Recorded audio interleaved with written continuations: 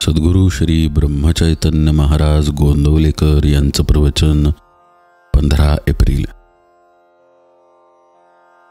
सत्संगतीच्या योगे मन पैक्यावर गुंतून राहत नाही। संतांमध्ये प्रचंड सामर्थ्य असते, ते बोलतील ते खरे होते। वाचा सिद्धी म्हणतात ती हीच। या सिद्धीचा उपयोग आपण सुद्धा करून घेऊ शकतो, परंतु भगवत सेवा करावी आणि त्याबद्दल पगार घ्यावा तसे हे होते। कामधेनूवर ओझे टाकावे हे बरे वाटेना, म्हणून वाटेने घोडा येत होता तो घेतला आणि कामधेनू देऊन टाकली, तशासारखे होते। जे सुख चिरकाल टिकणारे नाही ते घेऊन काय करायचे? हाडांची काडे करून स्वर्गसुख हाती आले, पण कालांतराने ते नाश पावणार, मग ते घेऊन काय करायचे? पैक्यासारख्या निर्जीव वस्तूत आपले मन किती गुंतून राहते।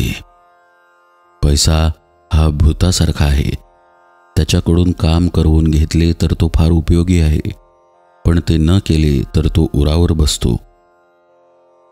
आपण प्रापंचिक माणसे, आपण पैसा साठवला तर गैर नाही, पण त्याचा आधार न वाटावा।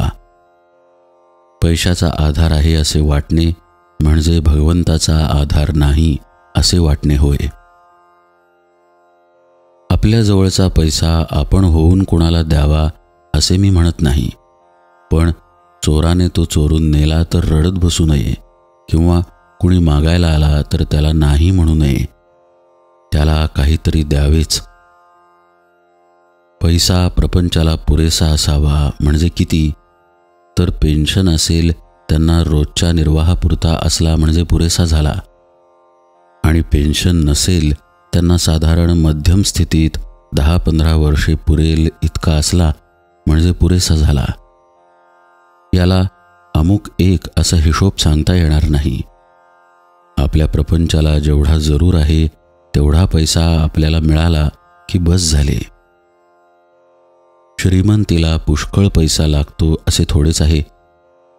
आपल्याला अडचण नाही पडली की आपली श्रीमंतीच आहे।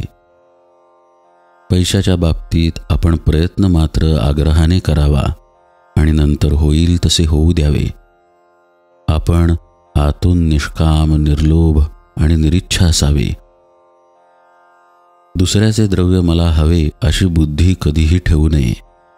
ज्याच्याजवळ पैसा विपुल आहे त्याला श्रीमंत अगर सावकार म्हणता येईल, ज्याच्याजवळ विद्वत्ता आहे त्याला विद्वान म्हणता येईल, ज्याच्याजवळ शेत आहे त्याला शेतकरी म्हणता येईल, परंतु यांच्यापैकी कोणाला मोठा म्हणता येईलच असे नाही।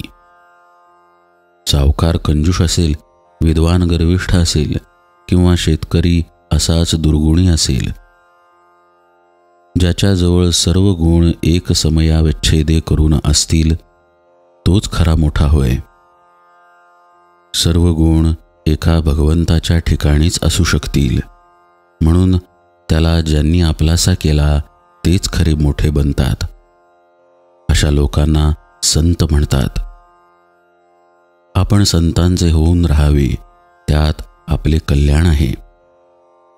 सत्संगतीपासून सद्विचार आणि सद्भावना प्राप्त होतात। ज्याचे विचार चांगले तो मनुष्य खरा चांगला होय, आणि जिथे भगवंताचे अनुसंधान आहे तिथे राहणे हीच खरी सत्संगती होय। पैशाचे नाव अर्थ, पण तो करतो मोठा अनर्थ।